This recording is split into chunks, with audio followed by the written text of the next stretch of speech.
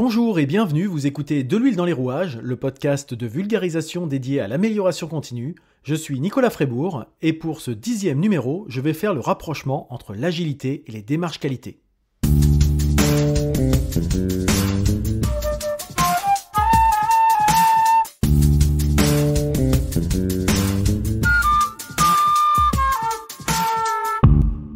C'est donc le 3e numéro de la série consacrée à l'agilité.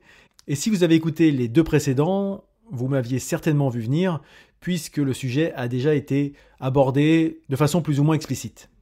Et donc le thème de l'émission va donc concerner les liens qu'on peut voir, les ponts qu'on peut bâtir entre l'agilité et la qualité.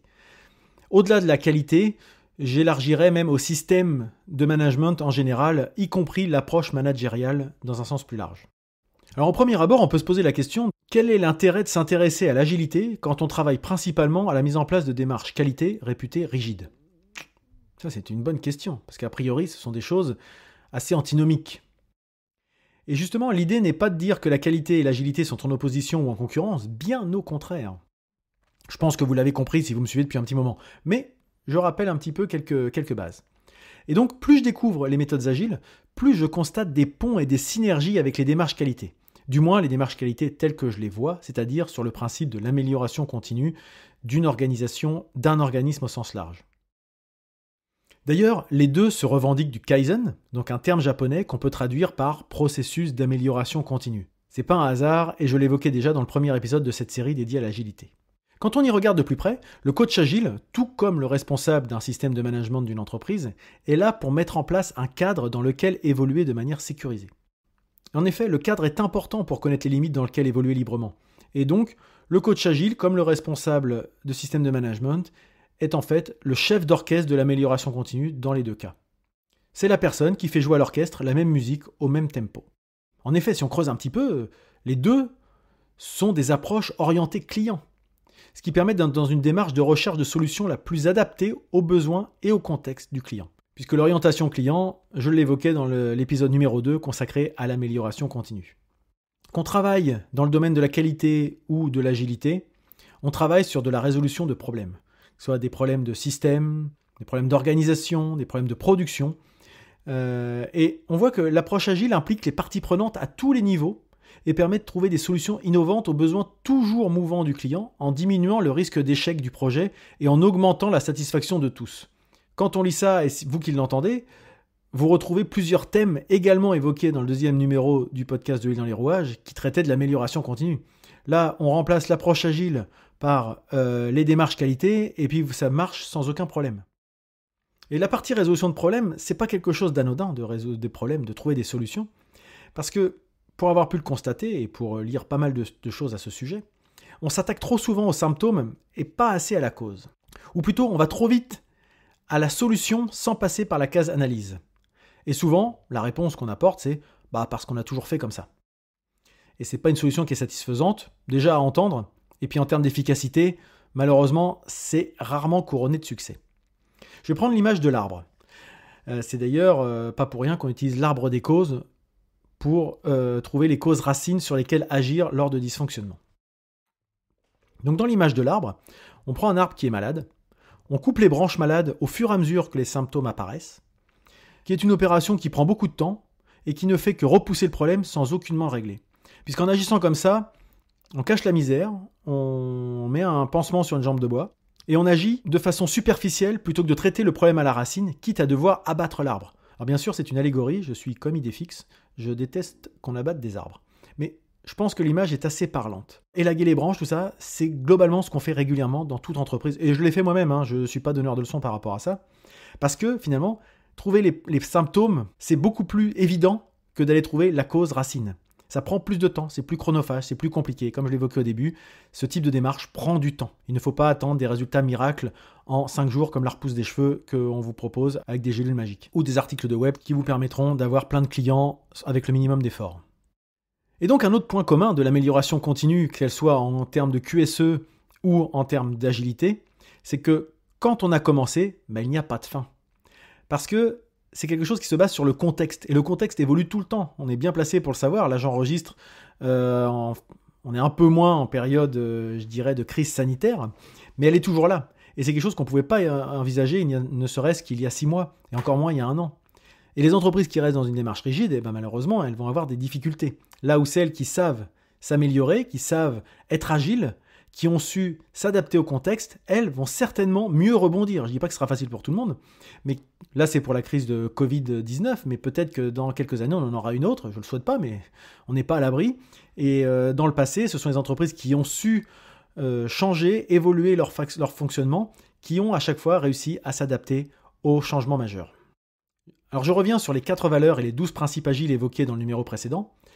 Sur ces points qui sont jugés importants, on voit bien le parallèle qui peut être fait entre les démarches qualité, notamment avec la version 2015 de la norme ISO 9001, donc celle du management de la qualité, qui a évolué pour être plus opérationnelle et orientée client et partie intéressée. Donc l'orientation client, c'est quelque chose qui est vraiment commun à l'agilité et au management de la qualité, et la prise en compte des parties intéressées, c'est encore quelque chose qu'on retrouve dans les 2 cas. C'est donc tout naturellement que je m'intéresse moi à ce domaine et à ces méthodes agiles, ce qui me permet également de découvrir de nouvelles approches, des nouvelles méthodes, des manières de travailler dont je m'inspire, je ne vais pas m'en cacher, pour les déployer selon les besoins de mes clients et du contexte. Ça veut dire que ça ne s'applique pas forcément à tous les clients, ça ne s'applique pas à tous les contextes, car l'agilité pour moi c'est un moyen de mettre de l'huile dans les rouages des démarches qualité et dans les systèmes de management d'une manière générale. Et donc dans ces démarches qualité, qu'attend-on d'un manager qualité ou d'un manager agile tout simplement? Eh bien, c'est d'être au service des équipes qui produisent. On l'a évoqué, c'est l'humain qui est au cœur de ces démarches dans l'agilité. Peut-être un peu moins dans la qualité, ça dépend. Là, c'est plus, je dirais, à la tête du client en fonction des personnes qui les mettent en œuvre. Mais l'idée, c'est d'avoir des gens qui sont des équipes autogérées, qui savent fonctionner et faire progresser l'entreprise. Ou un projet, ça dépend à quelle échelle on se situe. Et donc c'est une approche, l'agilité, qui consiste à faire émerger ce qui existe. C'est-à-dire ce pourquoi un collaborateur est bon ou efficace, un collaborateur ou une équipe. C'est-à-dire que ça va venir du terrain, c'est quelque chose qui émerge, qui est présent mais qui a besoin d'être révélé. Voilà. Mais c'est une approche également qui permet de faire émerger les erreurs, de capitaliser pour faire en sorte que ça ne se reproduise pas. Parce que les erreurs, elles existent. La différence, c'est que dans certains cas, on les cache, dans certains cas, on ne veut pas les voir, dans certains cas, on ne les voit pas, tout bêtement, parce qu'on ne les cherche pas. Et donc, la qualité, la sécurité, l'environnement ou l'agilité, ce sont des approches qui sont là pour faire émerger ce type de démarche.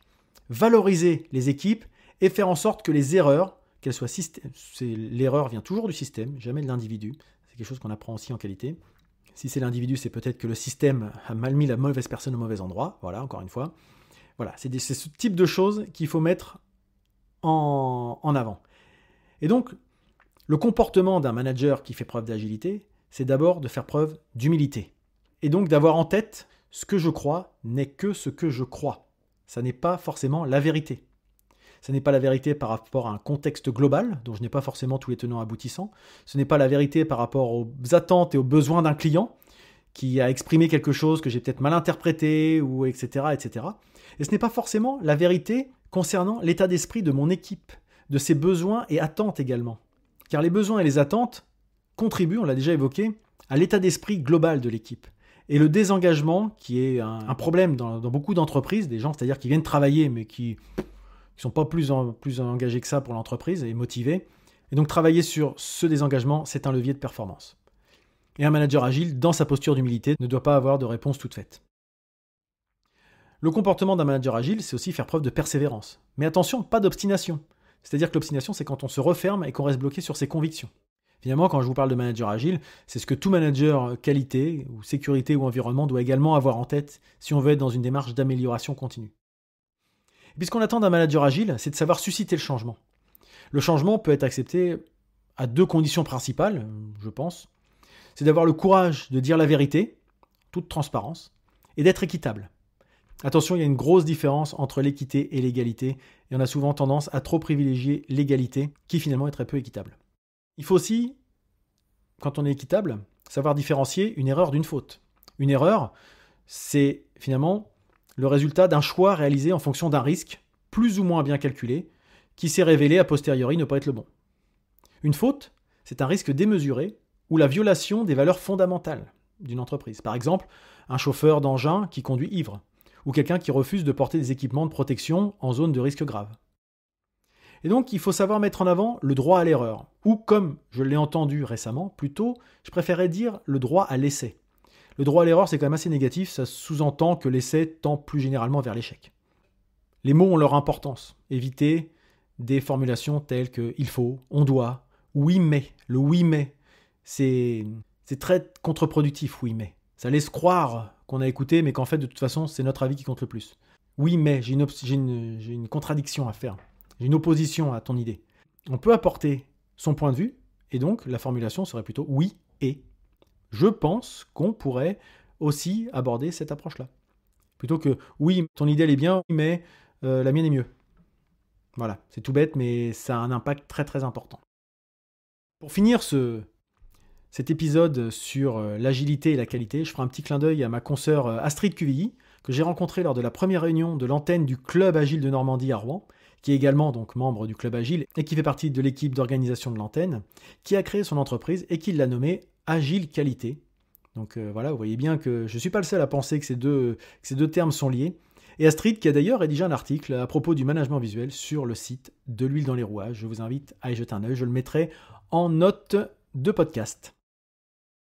En conclusion, je vous invite à me suivre en vous abonnant à ce podcast dans votre application de podcast préférée ou en écoutant directement les épisodes sur le site de l'huile-dans-les-rouages.fr, un site sur lequel vous pourrez retrouver des articles de blog. Vous pouvez vous abonner à la newsletter hebdomadaire dédiée à l'amélioration continue.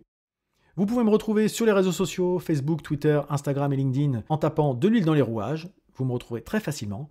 Et n'hésitez pas à interagir, à me répondre, à me poser des questions sur les réseaux sociaux ou directement sur le site pour me présenter des sujets que vous souhaiteriez que j'aborde ou si vous souhaitez des éclaircissements sur des thématiques ou du vocabulaire que j'ai pu aborder au cours d'un épisode de ce podcast.